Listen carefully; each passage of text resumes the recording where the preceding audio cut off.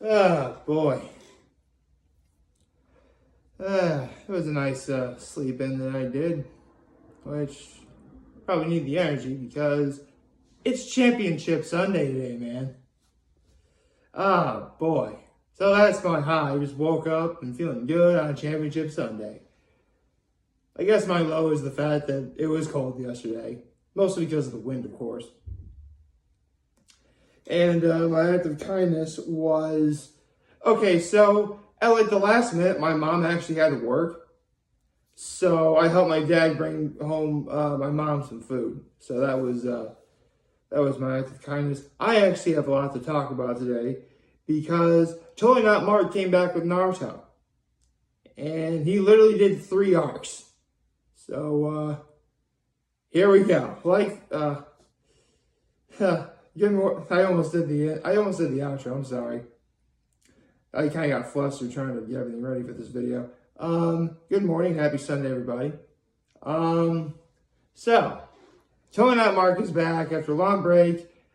It really looked like it served him well because him talking about Naruto yesterday was a breath of fresh air, especially when before December and all the unpleasantness.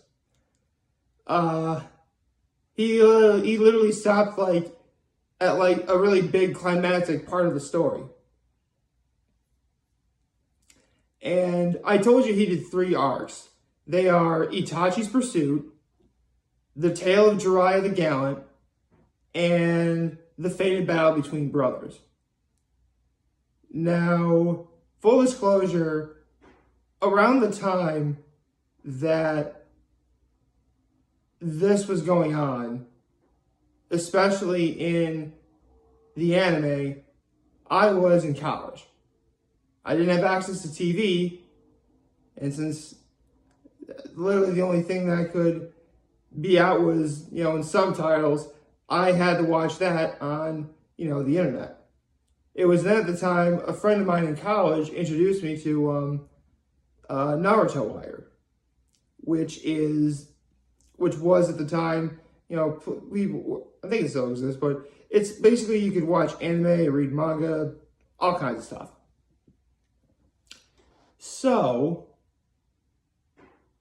needless to say, I actually saw my very first manga chapter ever, for anything, on a YouTube channel of all things. But I'll get to that later. So let's start with Itachi's Pursuit. Very simple, the 2 years that Sasuke has spent with Orochimaru is almost up, and Orochimaru will likely take his body for his immortality jutsu. But then Sasuke figures out no, and he kills him. Allegedly. I'll get to that later. So, knowing that his goal was always to seek out and kill Itachi for murdering his family, Sasuke put together a team. Basically, if you could almost call this Ocean's 11, only instead of a heist, it's essentially a murder. But he recruits Suigetsu, a guy who has the ability to morph into water. Karin, a redheaded girl who has the ability to sense where anyone is from very far away. Basically, she's the one who's supposed to be able to track down Itachi. And a third guy named Jugo, who, thanks to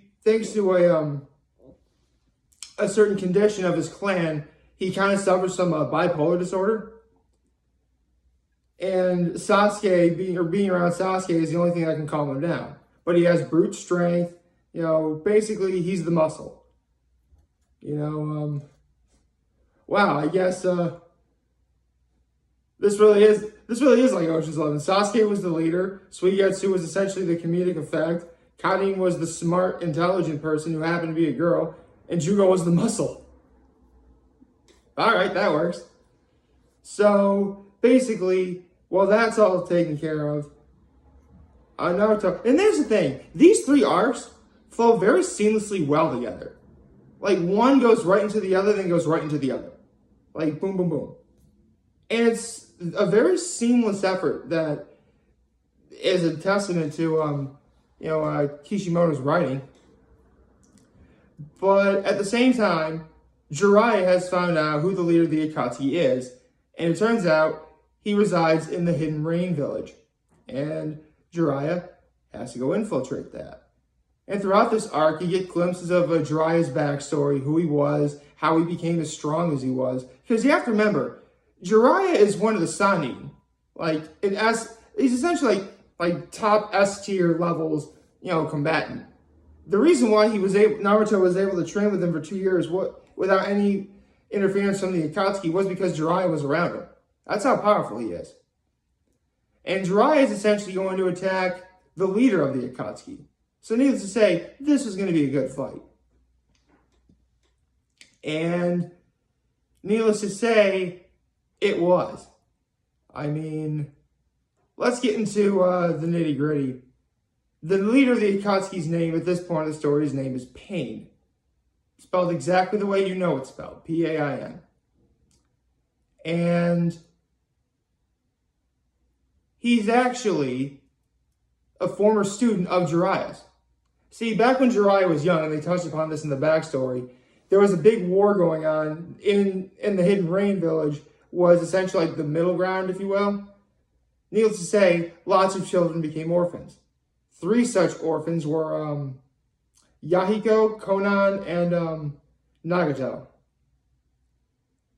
And it turns out that Nagato actually has a very special ocular jutsu known as the Rinnegan. Now, if you ever look up what the Rinnegan is, imagine like your eye looks like a giant purple bullseye. Imagine that. Just like your pupil, and then it's like all purple with like circles around each one getting bigger and bigger. They're like a bullseye. Why is this important? Because the father of all shinobi, the guy who invented ninjutsu, the sage of the 6th path, had the Rinnegan. And it was said to have been lost forever. So needless to say, the fact that Nagato actually has this is really something special. Especially when, during Jiraiya's travels and training, he had learned of a prophecy in which Jiraiya will have a student that will change the world. However, it isn't quite stated as to whether or not that change will be for great good or great evil. So needless to say, a critical selection needed to be made. At that time, Jiraiya really thought Nagato was going to do it because Nagato really did have that drive, that wanting to change things, wanting for peace, make things better. However, somewhere along the line, that didn't really pan out and he became the leader of the Akatsuki. So, this was that time for that critical selection. Yet during this time, he's not fighting the leader of the Akatsuki, he's fighting the leaders. There's actually 6 people, all named Pain, each one with different abilities. One can absorb ninjutsu, one has the ability to specialize in summonings, one has the ability to peek into other people's souls, ripping their souls out of their bodies and stuff like that. One is just essentially like an android, like rockets and knives and blades and stuff like that. One literally has the power to resurrect the dead, or in Jiraiya's case, 3 of the bodies of Pain that Jiraiya happened to kill. And the one that looks like Yahiko, one of the other kids that Jiraiya was taking care of, has the power to, I want to say it's essentially gravity or magnetism. Basically, he has the power to attract and repel things to his will. That last one's actually really important because the Sage of the 6 Paths, according to the story of Naruto, literally used that power to create the moon, but that's for another day. So needless to say, not only is Jiraiya outmatched, using all of his best stuff, he dies. Yet before that happens, he's able to send a message to Naruto, telling who the real Pain is. As well as right before he died, he made a selection that Naruto is that child of prophecy. And, I mean, yeah, prophecy stories, they're kind of a dime a dozen. This one actually, I think, works. It really does work a little bit. It's not perfect, but it works. So, After that story is taken care of, now you get the fated battle between brothers. Now, I said that when I was in college, it was during this time I read my very first manga related anything. And it was actually on a YouTube video. Where it was basically, I believe it was Naruto chapter 386. The chapter where Sasuke kills Itachi. I'm watching this YouTube video and reading everything that's going on. I'm like, okay, this artwork is really good and everything, but this has got to be a hoax. There's no way it's going to be like this. There's no way it's like this. This is before I really understood what manga was and how manga becomes before the anime, obviously. So, that was essentially my introduction to manga in a way. Thanks to YouTube. Thank you, YouTube. Anyway, so Sasuke finally fights his brother. Now, this was a battle that was being built up for years. Needless to say, it had better have lived up to the hype. And it did. You get to hear some backstory about Madara Uchiha, one of the founders of the Hidden Leaf Village, as well as some more insight as to how Itachi was able to kill the rest of his clan. You know, everything. Culminating in everyone, both Sasuke and Itachi, using their best stuff against each other. Literally, Sasuke creating lots of fire to create rain to activate his most powerful lightning Chidori attack that was in the form of a giant dragon. Itachi revealing what a Susanoo is. Talking about the Mangekyo Sharingan. Like, this is all big stuff. And really powerful stuff, too. To this day, one of the most iconic images I've ever seen in manga is the very end of the Sasuke versus Itachi fight. Sasuke's backed up against the wall.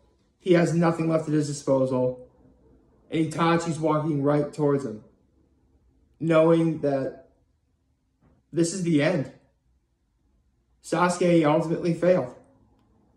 They both gave it their all. But in the end, Itachi's going to succeed in killing the rest of his clan. Now, this is actually a really funny thing. But as they were growing up, Itachi and Sasuke had this little thing where Itachi would like boop him on his forehead or whatever. So right at the very end, Itachi walks up to Sasuke, nice and slow, completely exhausted. Like blood's going down the side of his mouth. His eyes are he looks completely exhausted, clothes torn, you name it. Both of them are at their limits. And all Sasuke can do is watch in horror as he's about to die. Itachi literally does this, and then he collapses onto the ground. So, yeah, Sasuke succeeded in finding and killing Itachi. At the outskirts, at first glance, it would seem that Itachi had indeed did what he set out to do and avenge his clan.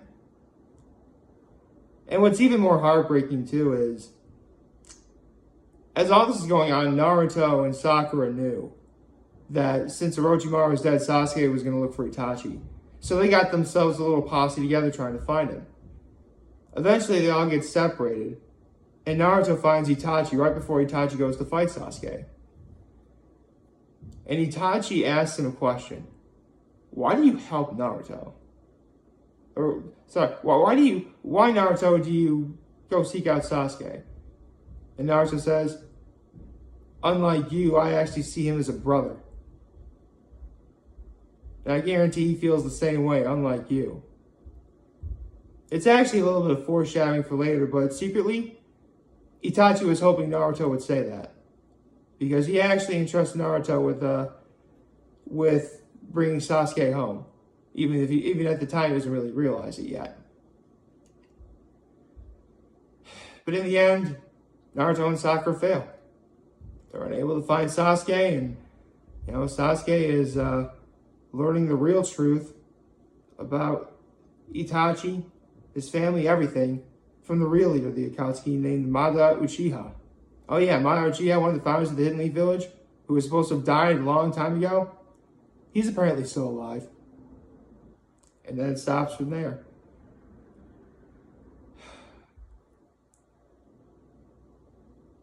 To this day, I'll never forget how much I probably watched Jiraiya versus Pain or Sasuke versus Itachi as much as I did back in the day. Needless to say, especially with when it was dubbed into English, Troy Baker as a Pain, wonderful. I forget who voices Itachi and Jiraiya, but I've talked about this guy before. Yuri Lowenthal just sells it as Sasuke here. He does. Like, he straight up is Sasuke Uchiha.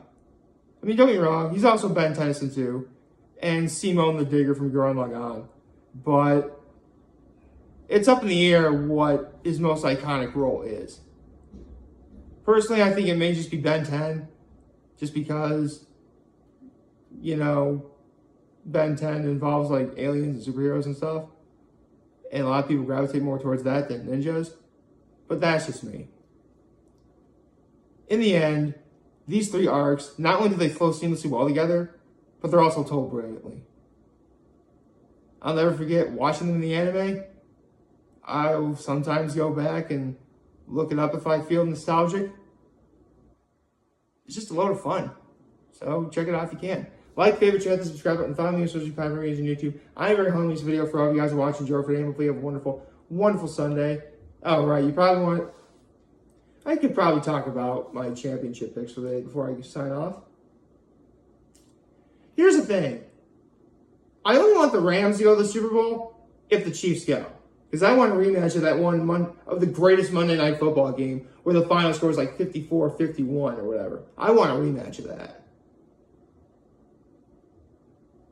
Really the only matchup that I'd be surprised to see most of all, just because it's the one I want to see at least, probably the Rams and the Bengals. But if the 49ers go, whoever their opponent is, I'm down. That being said, every team has a player or two that has that one player, if he's healthy, they have a chance. For the Rams, you could say it's Aaron Donald. For the Bengals, you could say it's Joe Burrow. For the Chiefs, you could say Patrick Mahomes. If you're asking who the 49ers would be, George Kittle. I think he's going to have a big game today. We'll just have to see. Remember, if you guys want to talk or challenge, we'll be here to land here. Always say back. Take care and make good choices. See ya.